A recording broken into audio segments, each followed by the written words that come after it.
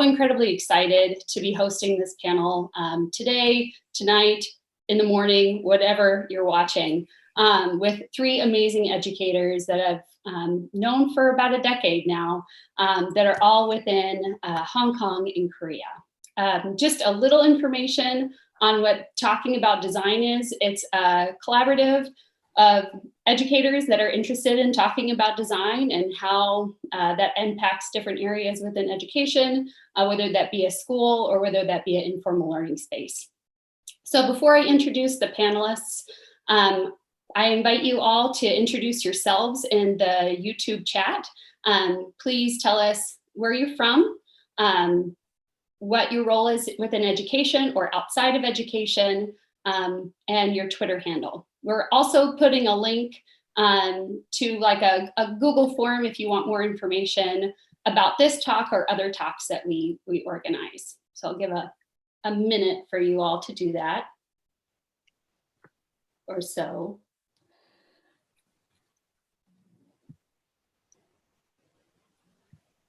I think that's enough time. So continue to introduce yourselves, and as you join, please, I hope we'll have some people that will catch to welcome you.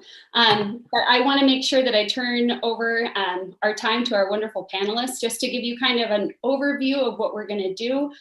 For about 40 minutes, we'll be 45 minutes, we'll be talking with the panelists. They'll be answering some questions.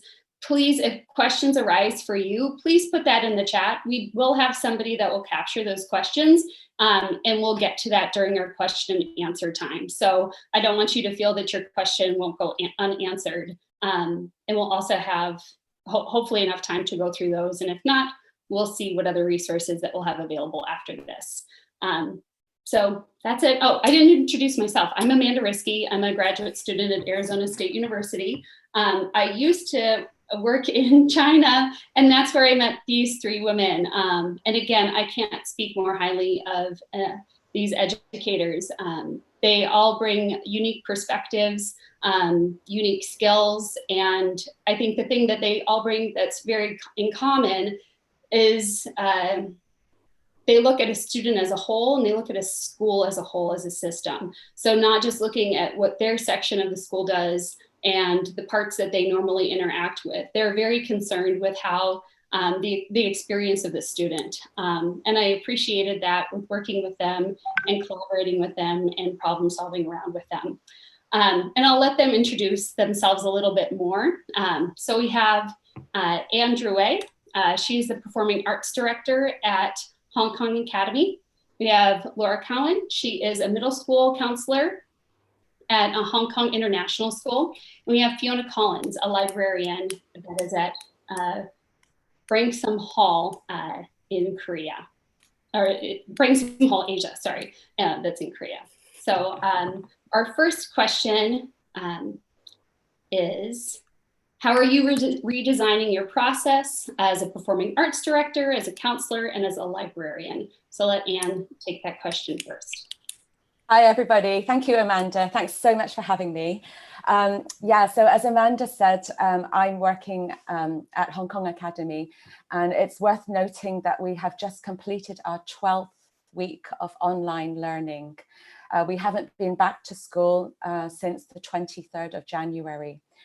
So we've gone through a number of processes, a number of design cycles, in the way that we are engaging with our students. At the very, very beginning, the schools in Hong Kong actually all took on a very different approach.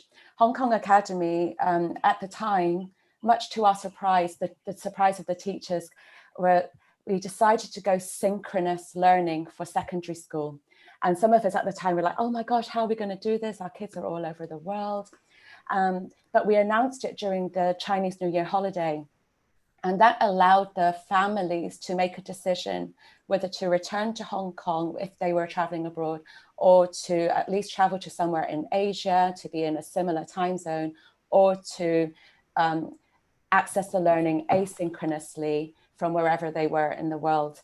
And as a result, since the beginning until now, we are on 90% plus attendance and according to the student and parent feedback, a positive experience. So we've somehow been able to keep that engagement, keep the community together, and it's been really, really surprisingly fantastic. While we went, to begin with, we went straight for a substitution. So I'm going to talk secondary school mainly. We took the secondary school schedule and basically plonked it onto Google Meet.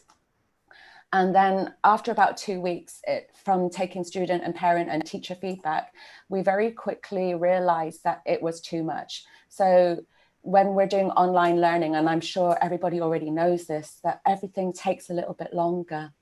The impact of sitting down with whatever posture you have, looking at the screen all day takes a toll, and the fatigue gradually builds up. So the redesign of the redesign, the first one, happened quickly after that, when well-being, all the faculty and leadership got together, and we decided to modify the schedule. So at the beginning, so Hong Kong Academy, we have a 2-week schedule. We have 5 blocks per day, and it rolls through. So A, B, C, D, E, F, G, H, A, B, blah, blah, blah. And we decided to take out 1 rotation a week. So for example, A on Monday would become a booster block, B, or the next period, strategic times, sometimes in the middle of the day, sometimes at the end of the day, would be taken out for students either to catch up on their work or come off screen or even go on a hike or cook a meal for their family. It was very much needed. And it was also a time where we would say to the teachers, don't be online then, don't field questions. So it was a booster block for everyone in the community.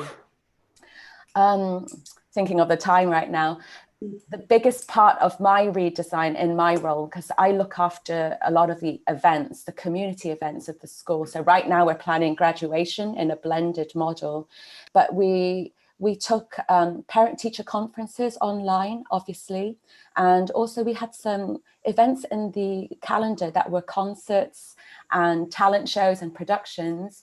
And working in collaboration with colleagues all over the school, we managed to live stream TV.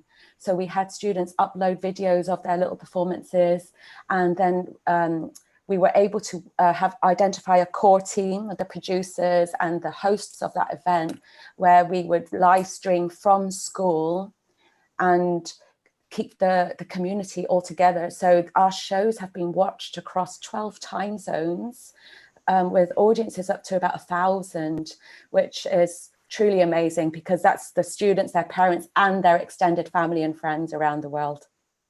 That's wonderful. Thank you for sharing. Thank you. Laura. So I'll try and add to different things. Similarly, we've been online learning for 12 weeks as well. And in the first 2 weeks, I think everyone was caught off guard, right? And so it really was this makeshift, let's get through it and figure out what's going on in the world.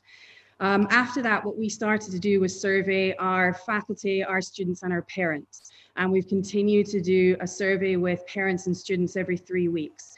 And that was looking at both their location as well as their experiences, so that we could be data informed in making any changes to the schedule.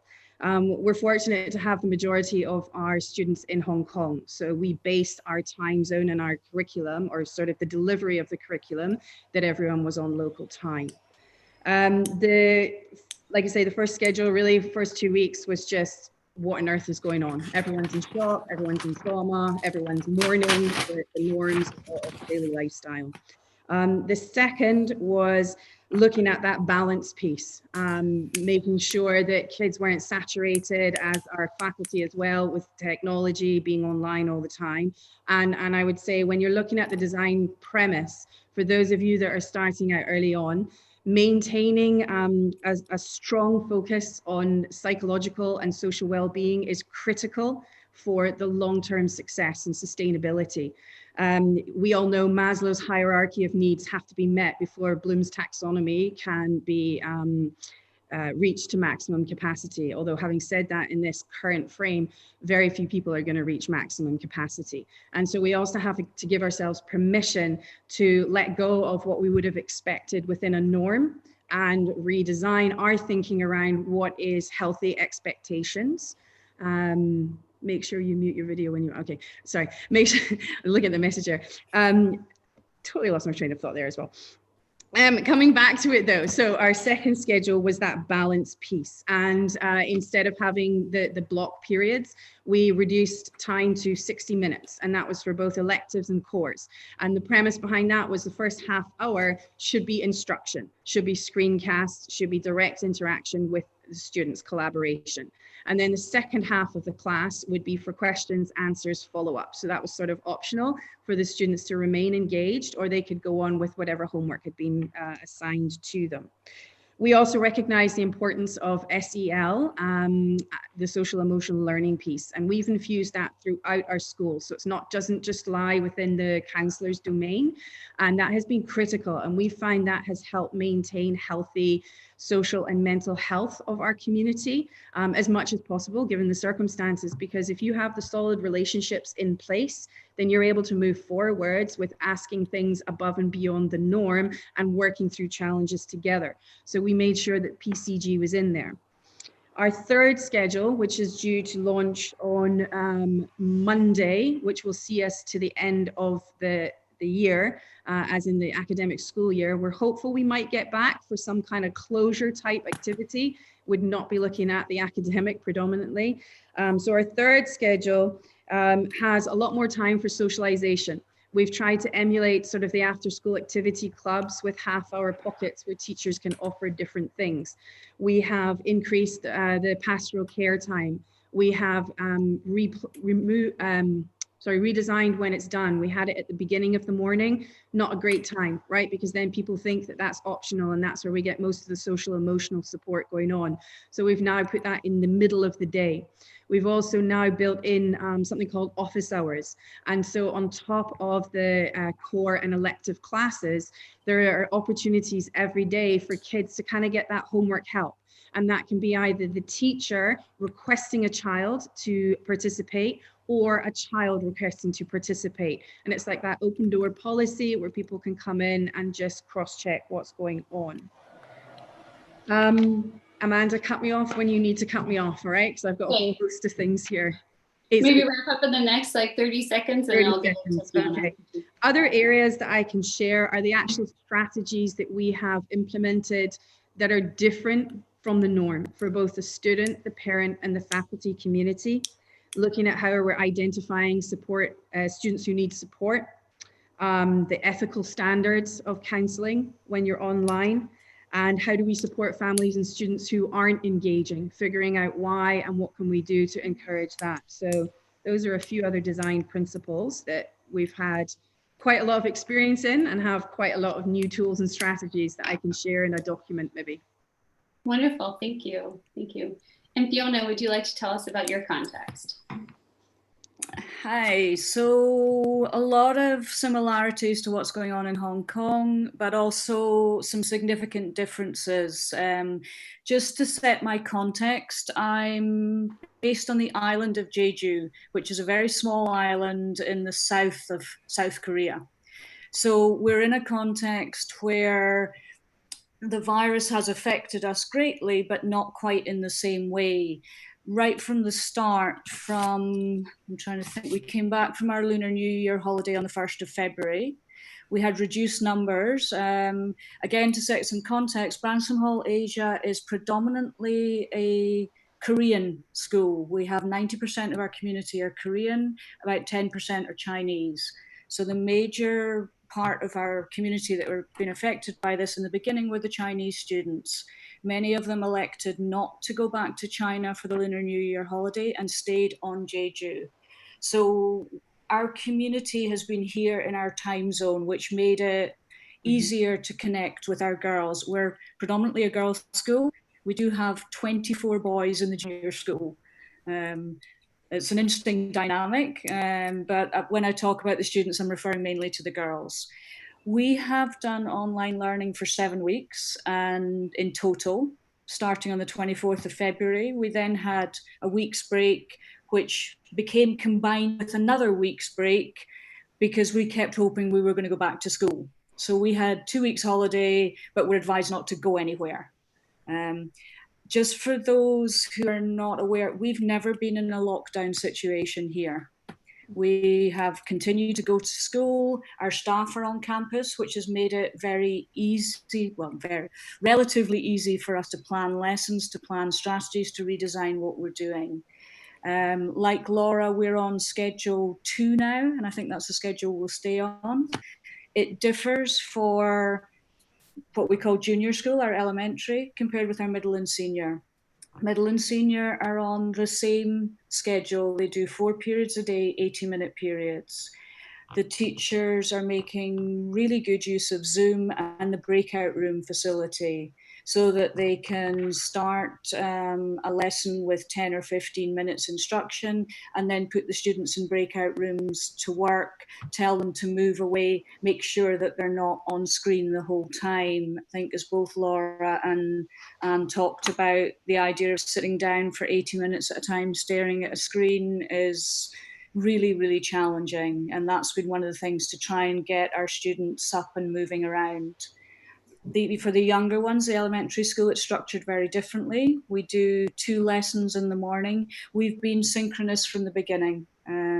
We see our students every day. When I say we, I talk about the school as a whole.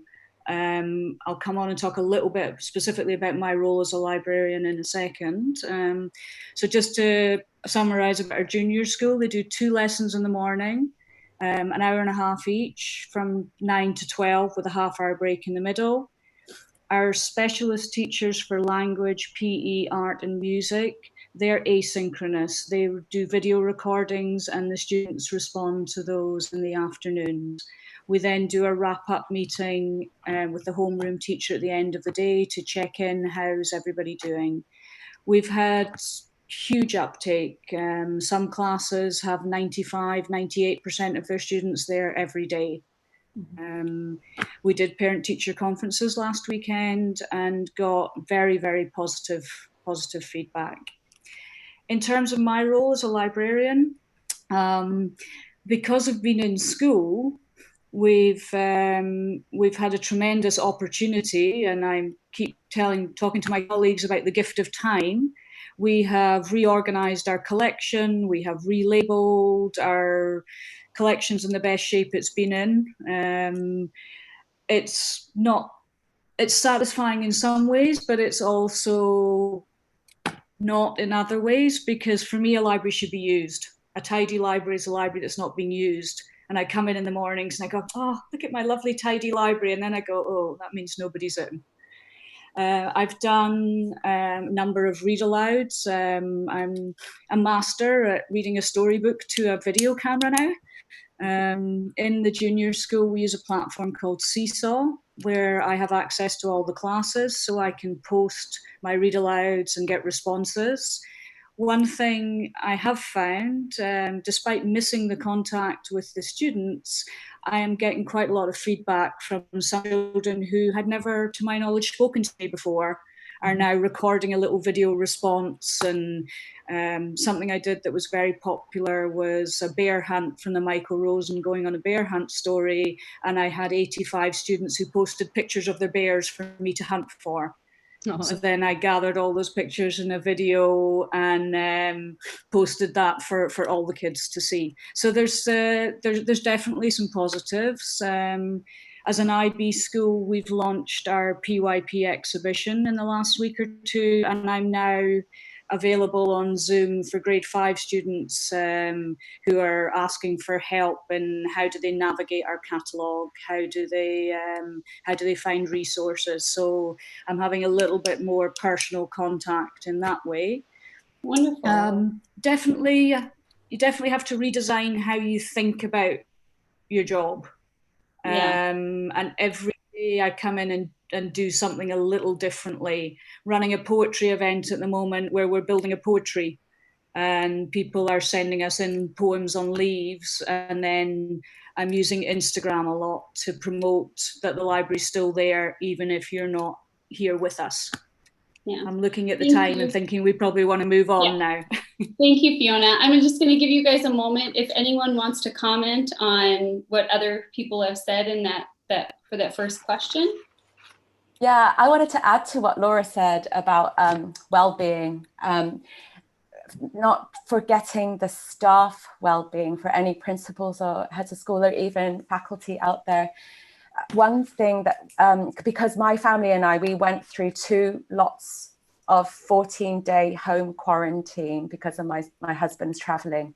And when I was working from home, which I'm sure many of the audience members are right now, it was very isolating. It was very, very tough. And then I've got 2 primary age students as well. My husband's here, having your family right on top of you as well.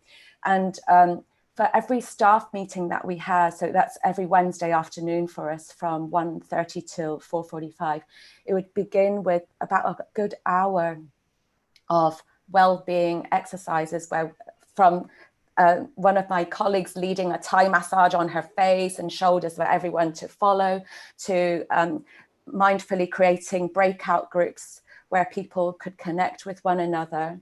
The analogy that our secondary school principal used was, we had one day to fly a new plane, and then we realized, we had to circle around. We couldn't reach the end destination anymore.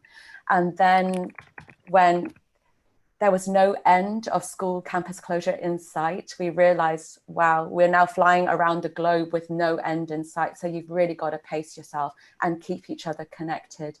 And as a result, there is more interdisciplinary collaboration than ever, which I think is keeping us all going.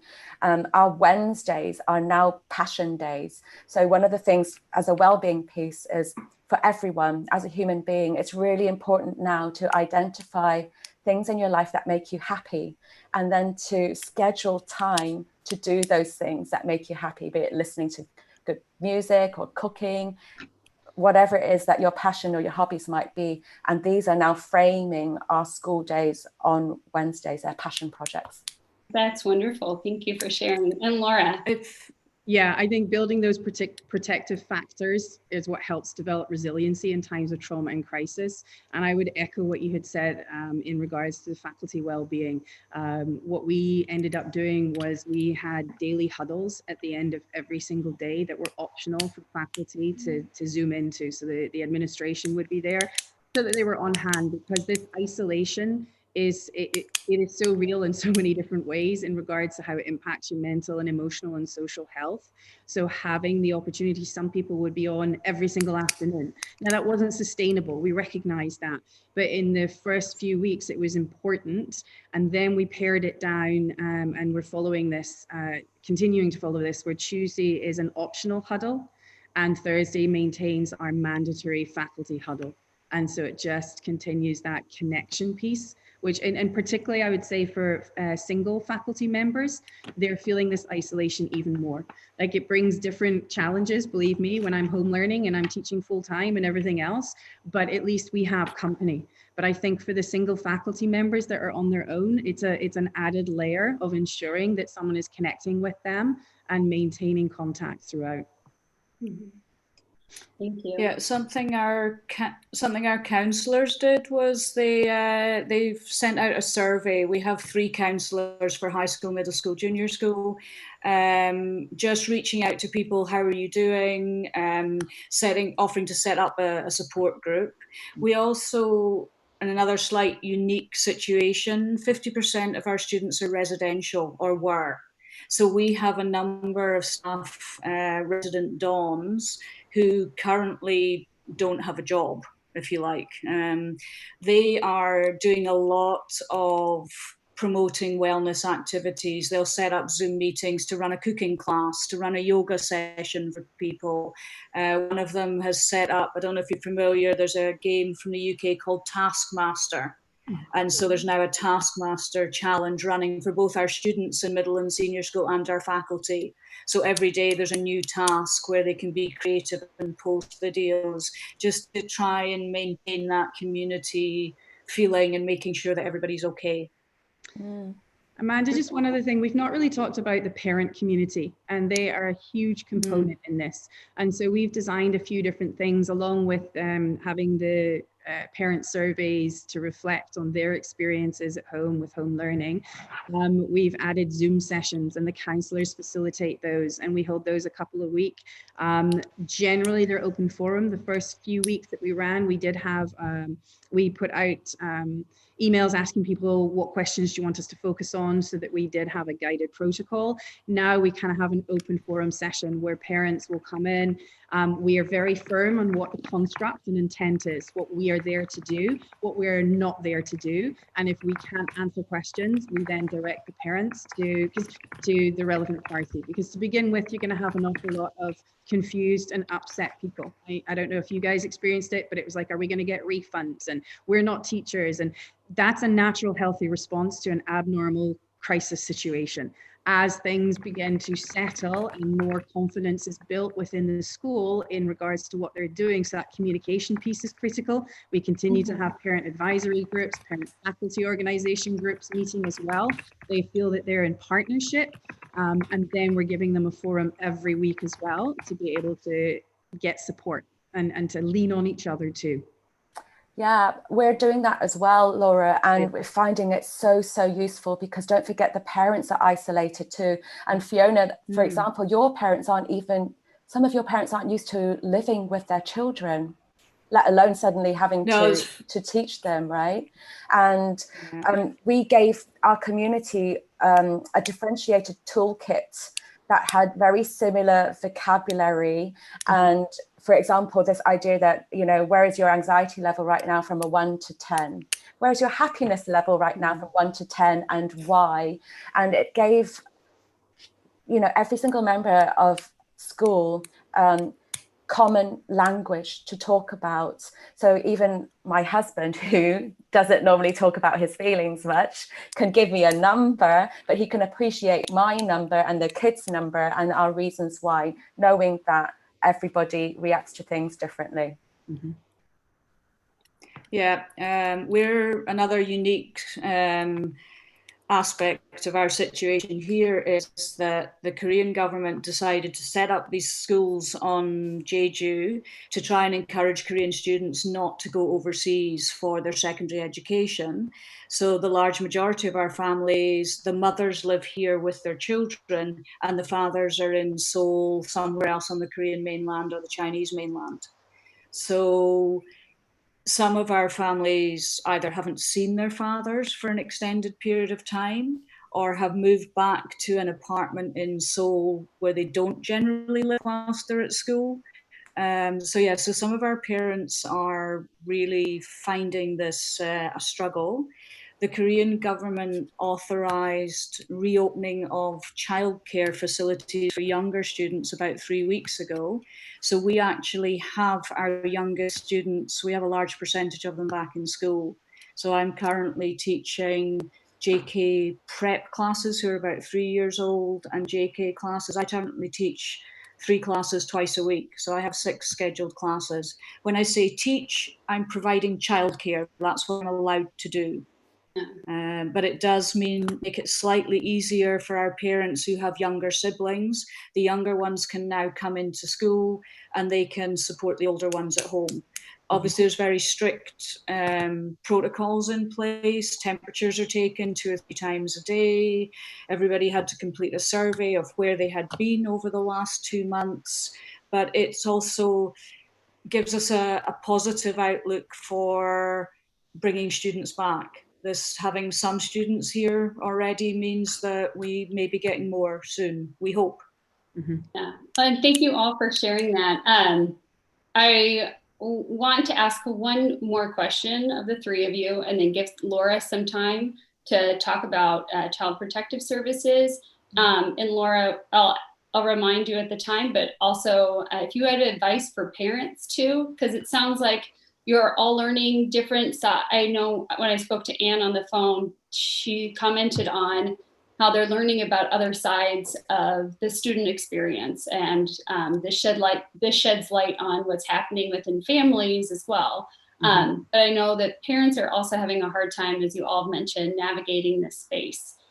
So when you talk later, well, maybe address it now. I'll just have you address it now. Advice like just even some simple sentence frames for parents on how to communicate with their teachers that are already in this situation that they are still getting used to and aren't necessarily equipped for. And maybe sentence frames isn't the best way to do it. I'm sure you are the professional. So what advice would you give to parents around those lines? I can start again. So my boy is 11 and my daughter is she's aged 8. So they're both in primary school. And what might be interesting is in your school, whether the engagement or 100% engagement is mandatory, or if there's a certain percentage that might be mandatory, like there's work that they need to hand in, and then there's stuff that is optional or a bonus if they manage to complete. Mm-hmm. For myself as a parent and as an educator, I guess, I try to take those moments where we were advised to be quiet and sit with ourselves and remember what our values are and our purpose or our mission might be as a parent or as an educator. When I think about myself as a parent, one of my aims is that my children grow up to be caring, compassionate, and solution finders in the world. So what might that mean for their learning or their experience at home? And I basically, like Laura said before, I gave myself permission for them to choose what they wanted to engage with, and hoping that they could hand in all the stuff that needed to be handed in. But then we've also mindfully had conversations about all the unsung heroes in the world that are keeping the world going. You know, the cleaners, people in the food industry, in the medical industry, each other. And when I did that, there was a big shift in the household. I guess my stress levels changed. It was no longer oh my gosh, I'm a teacher in the school, I'm a part of leadership, how could my students, my own children not be engaging? I need to make sure that they do everything. I took my ego out of the equation and just thought, what are the most important aspects of their learning right now, not just to do with content and knowledge, but the whole holistic. So if we look at our students holistically, we must look at ourselves and our family, our children holistically too. Thank you. Laura? I would say for administration to be as proactive as possible in the first place in setting up protocols that provide opportunities for parents to engage in feedback, to be able to acknowledge and validate that these are abnormal times. And, it doesn't mean that you have to agree necessarily, and tips for parents as well. It's the same kind of thing. Acknowledge and validate what's going on.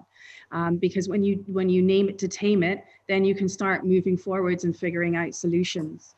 I've been in tears, I don't know how many times, right? I think it's really important to be raw and to let people know this is incredibly difficult. There are very few people that are like, yeah, I'm acing this. This is fantastic, right? And it goes back to that, giving yourself permission to know that what are the most important things? Is it really that you get through that piece of work? Or is it that you are bringing up those kind, caring, compassionate individuals and addressing the emotional roller coaster that's going to happen? You've got to ride the wave. Some days you wake up and you're feeling great. Other days you wake up and the weight of the world's on your shoulders and you're so fatigued from it all. So choose your battles, connect with each other, get comfort in knowing that you aren't the only one that's feeling this way, that everybody is struggling, and together we'll learn what has worked for you, and maybe I'll try this and I'll try that. I think you also need to rely heavily on the teachers in the school, right? You have to have structures set up. It is not worth ruining your relationship with your child over homework. That's when you reach out to the counselor. That's when you reach out to the teacher and you say, can I please have some help? Or can you please identify what are the non-negotiables here? Because we're not surviving too well in the current construct. And so we have to be adaptable and flexible, even with submission dates. Yes, you can put a date on there, but you've got to be lenient. You don't know what else is going on in that household. So you can't have the same kind of norms in place. Thank you, Laura. Fiona? Do you want I think Yeah, I think I would agree with the points that both Anne and Laura have made. Something that some of our elementary, junior school teachers have tried to do to help the parents, because obviously they post a lot of activities for students to do, is they've started using prefixes like must do, can do. Korean parents are very dedicated to education, and they were pretty much killing themselves trying to do all these activities. And so using this must do, can do system has helped everybody. So maybe in first grade, there are 2 must do activities in a day and 3 can do. And so I think just again, taking that pressure off and saying you don't have to do everything, but here's the critical things, has helped our parents, our students, and our teachers to try and set realistic expectations. Great, thank you. We know as educators, there's going to have to be more review, right? We know that. We normally review curriculum in the first part of the academic school year. We know there's going to have to be an extended piece of time focusing specifically on that. Not repeating the year, but because not everyone's on a level playing field. And I'm very mindful of this in the States as well.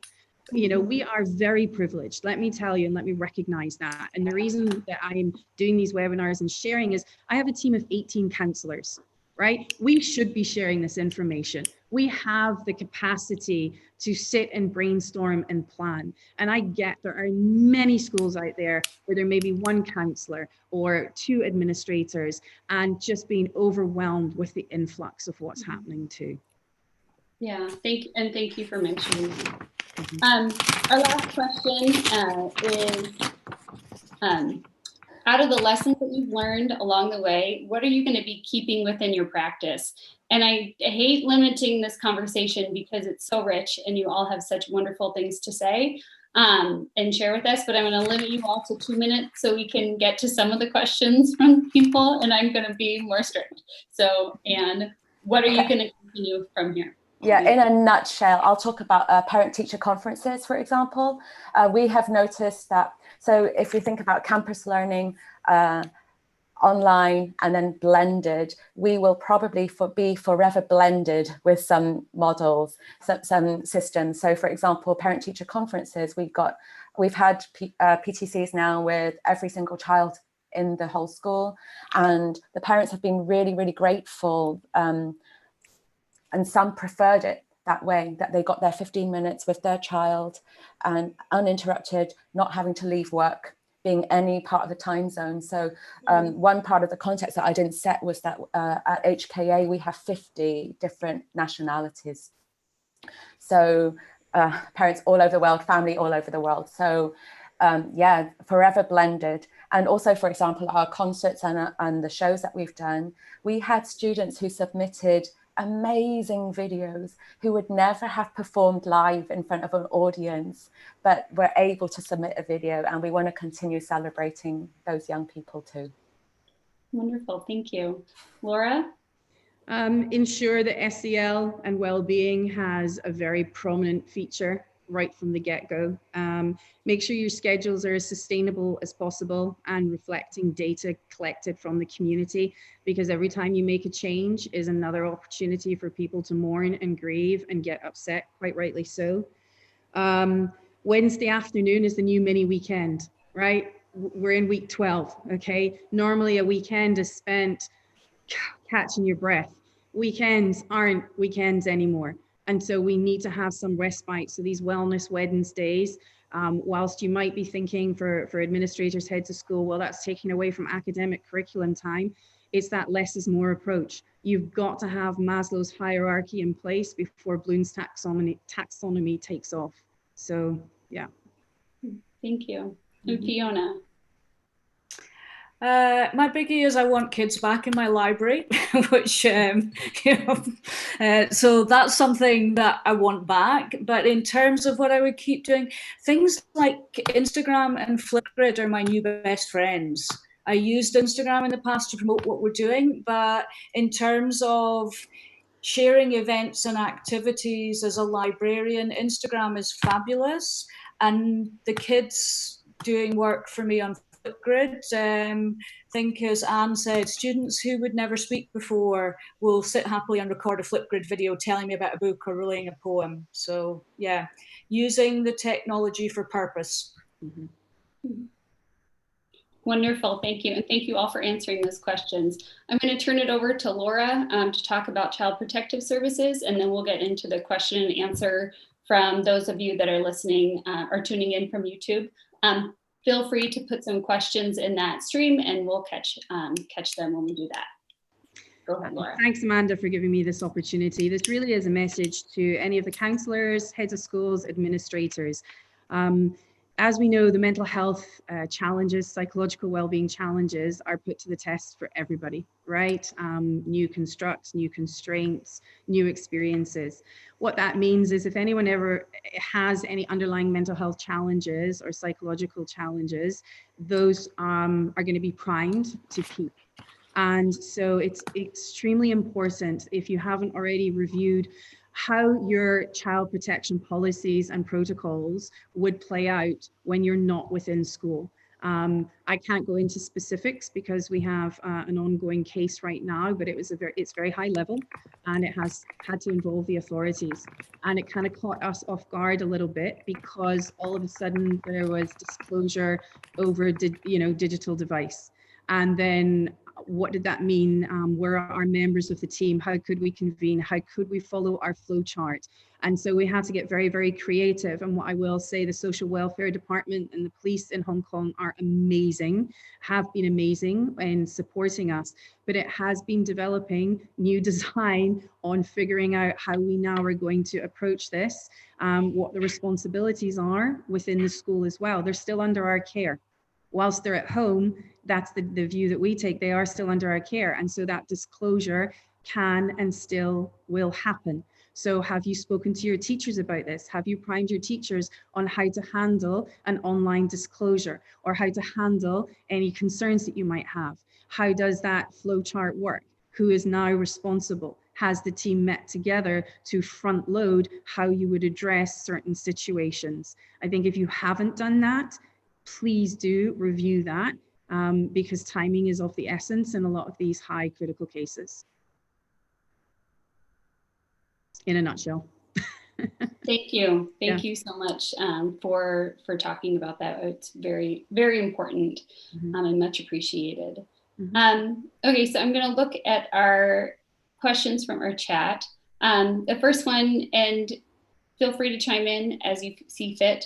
One question from Susan is, what is the best way for schools that have shortages of teachers during normal times to adapt to current pandemic and create smaller classrooms? And this is also assuming that parents work full-time. I'd like a clarifying question. Are they still trying to have the same time constraints in place? Because that would be the first one. Even without a shortage of teachers, we've reduced the time that the teacher teaches face-to-face with kids. So that would be one piece. Another one is recording, doing screencasts, and then setting up office hours afterwards. So maybe front loading a lesson, kids will watch it, and then there's an opportunity for that Q&A to take place afterwards. Yeah, and I'd like to add to that in that I think in the question, there was the assumption that you would have to try to continue your schedule as norm, but with smaller classes. So what if you were to redesign your schedule so there were less classes for each student or smaller group, but you try to enrich the face-to-face time, be it through synchronous or asynchronous. Great, thank you. One question from Melissa, has the amount of project-based learning changed since going online? And in what ways? I should, On you go, Anne. I think if I, sorry, go on,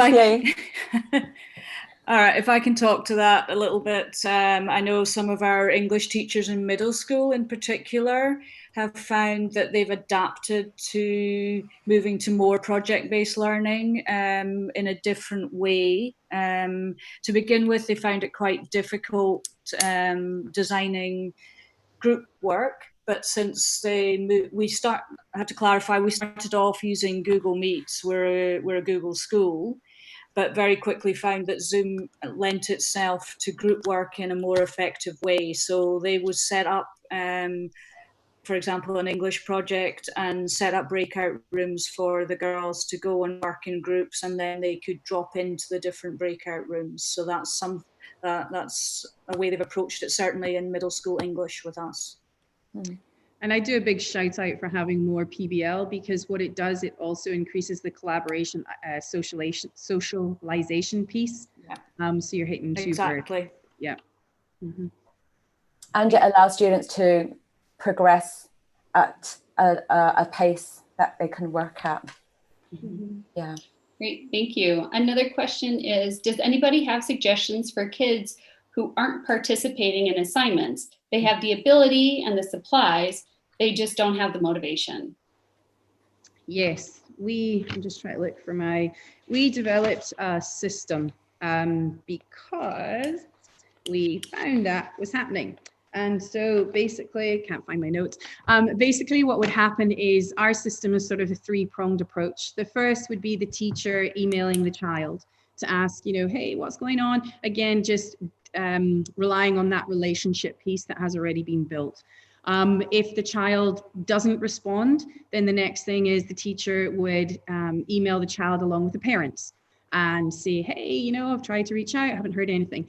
If nothing, then the teacher would pass that on to me. We had a document, and then I would follow up and I would email the student and the parent. Now, if they're a high needs kiddo that's already recognized by me, I would jump in straight away, right? And we already have shared with our teachers those kids that would most likely struggle in these circumstances. And then the third tier is if I've not had any success or it's continuing to be really haphazard, it gets passed on to the associate principal, and then they follow it up. And we've given our teachers permission that if they have been very responsive in trying to get the kids re-engaged, but there hasn't been any success in a couple of weeks, then they have permission to just inform the parent and this child that they will get a missing or an incomplete, and then moving forwards, because we have to protect the time teachers are spending on that contact, because they're already going to be overwhelmed with everything else that's going on. So we follow that 1, 2, 3 tier level system. Yes, and to add to that, Laura, we are also doing that the coordinated approach. So for example, if as a music teacher I'm reaching out and then I go in to fill in the spreadsheet, I also see that this child might be having issues in another subject, and then the person who is in charge of that document is seeing the overall, and our counsellors also with the advisory or the home-based teachers are working together. And this is the same at all times, really, this idea with emails. So certain people, emails doesn't work for them. So if by the time the parents aren't answering emails, then I think our counsellors are actually phoning, reaching out to see what's going on and how we can support them. Yeah, same system here pretty much. And definitely tracking students who are not logging into their meetings, not logging on to Seesaw in the junior school, and big discussions last weekend when we did our parent-teacher conferences, particularly for those students who were struggling to be engaged.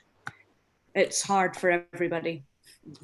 Yeah, and it goes up and down. Like my son, also, he was really on track, my daughter as well. And then after spring break, just didn't want to go back. Yeah, it's so hard. Yeah. Now, the three of you all mentioned some sort of surveys that you were giving to the parents, and you included some examples. I was wondering, what were some surprising? This is one of the questions. I shouldn't put in my own voice. What were some of the surprising things from that parent survey? I don't think we were surprised.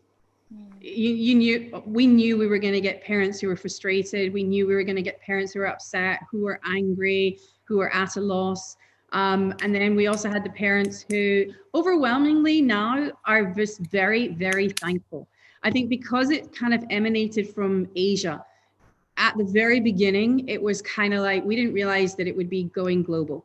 And so parents were very, very, what's going on? This isn't okay. And then as it started to sort of seep out and the whole world was being impacted, we've seen a complete turnaround where parents are like, thank you so much. Thank you for everything that you're doing. Thank you for normalizing. Thank you for taking care of our kids.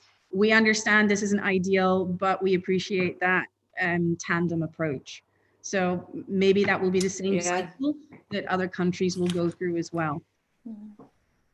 I think so. I mean, in the beginning, we had a lot of complaints, particularly, as I said, we're 50% residential school. So we had to close down our residence and send the girls away. And some of our girls are actually living in a hotel because their parents didn't want them going back to China. So the original complaints about, well, why are we getting our money back for residence, have changed now to, well, we're grateful that you've continued providing the level of education that you have. Mm-hmm. Thank you. I know that in the United States, we have the AP exams, and sometimes we also have IB here as well. This question is about a 3-hour AP exam in high school. They've reduced it, the AP system has reduced it to 45 minutes, and the last quarter, the content is eliminated. They have a 1 to 5 scoring, and it's reduced to 3 to 5 to make sure that students get credit. Is this reasonable, or can you speak to the assessments, like the end of grade 12 assessments that are happening at your schools, or how that's being handled? Sure, I'm a DP teacher, IB diploma grade 12 teacher. I can say that the IB have cancelled all exams, as many of you might already know. And for each different subject group, it was different in terms of how the students would be celebrated, how their journey would close. In the arts, it was mainly coursework, internal assessments that had already been completed, but music lost the 2.5-hour exam. As a WASC accredited school, so that our students, most international school students get, if they're doing IB, they'll get the IB diploma, and then they might get the high school diploma from their school as well. So our school is doing open book assessments for our grade 12s, whereby they will sit on a Google Meet and you can see their whole desk. And the assessment is more about the application of knowledge and transfer of knowledge. At this moment, I'm not sure how long they are, but I don't think they're going to be more than 60 minutes at a time. So this idea that the reminding students that learning has never been just about assessment, but it's just this idea of helping them to find closure and celebrate their learning journey. Hope that's helpful. Yeah. HKIS does APs. And I think, the biggest challenge they're facing right now is the timing of them, because the AP, understandably, the majority are in the States. You have to go with consensus. But it means that our kiddos are going to be taking exams at 2, 4 in the morning. The high school has maintained a pretty much the same schedule. So as far as they're concerned, the kids are prepared, the kids are ready. But the kids are going to be sitting these exams. And then there's the academic integrity piece. I mean, that's a piece that is like, how do you ensure that? And so who knows? Wow. Yeah, we're a full IB school as well. So our grade 12s do no longer have their exams. Our subject teachers have been providing support using Zoom predominantly to make sure that their internal assessment pieces are done to the best of their ability. As a librarian, I have to echo Laura's comment about the integrity. The integrity piece is really hard, but we live in astonishing times. So I think we have to be prepared to use the data that we have to date to get a best fit for what our students are capable of. And if it is reliant on that final exam, we have to come up with a creative way of administering it. And what suggest I think has to be considered reasonable at this time. One other question is, what Melissa's writing one. Well, sorry. What effect do you think the shift on exams will have to be? What effect? Say again. Like, what do you think the shift on exams will have to be, or what will the effect of all of this be, do you think, for your students? There's no like our kids are going to be doing the AP exams. It's just going to be in the middle of the night. So. Yeah. And so I'll wrap it up with a fun question, and one that's hopeful and possibly to something for you to share. You've already shared a lot of information with our audience, and we're so thankful for that. What are some favorite activities or lessons that you've done during this time? Now I'll start with Anne, and then go to Laura, and then Fiona. Actually, one that happened this week, it was with my grade 12, so it was my music students, and they finished everything, and now we're curating an online exhibition of their work. And we took 2 sessions to reflect on their learning journey in the arts and talking about why the arts are important. Of course, I'm going to be biased, but there's all the things that they've learned about the arts, more importantly, through the arts, and that they would take on for life. And one of the things that they did say was uncertainty, that actually working in the unknown. So with the arts, they said that, you know, everything is quite grey because it's so subjective, and there's no one way to tackle a problem or a brief, and therefore you have a greater comfort zone working with uncertainties and moving pieces. And if you can remember that and apply that in life, it means that, oh, well, I can't do it this way, maybe I'll try it another way. And it was just a really lovely way to finish the course. I think modeling is hugely important, and almost faking it till you make it. So I think I'll share a story, a little anecdote. We still do our one-to-one sessions with kiddos that we already know are high risk or high needs. And I've got a wee one who's on the spectrum. And she was talking to me about how she was just so overwhelmed. She was feeling really depressed. She was really anxious. She was getting distracted. She wasn't going out. And then she texted me over the weekend, sent me an email saying, I've cured myself, Miss Laura. And I get online with her and she says, I'm not depressed anymore. I don't have anxiety anymore. And I said, talk to me, what's going on? She says, passionate narcissism. That's what I'm practicing now. I'm loving myself, Miss Laura, and I'm giving myself positive affirmation. And so, you know, it can feel like you are so snowed under and you can feel like nothing is going right. But if you keep going and keep going, you're going to see those bright sparks. And it is so important. Yeah. That's wonderful. So practice passionate narcissism, people. I love it. Love it. Sounds great. I think I mentioned a little earlier the poetry. This is definitely the best things I've done. I got it from Shel Silverstein's website and sent it out. We have a staff bulletin. I put it out in a parent bulletin. I posted it for all my kids from junior school right up to grade 5.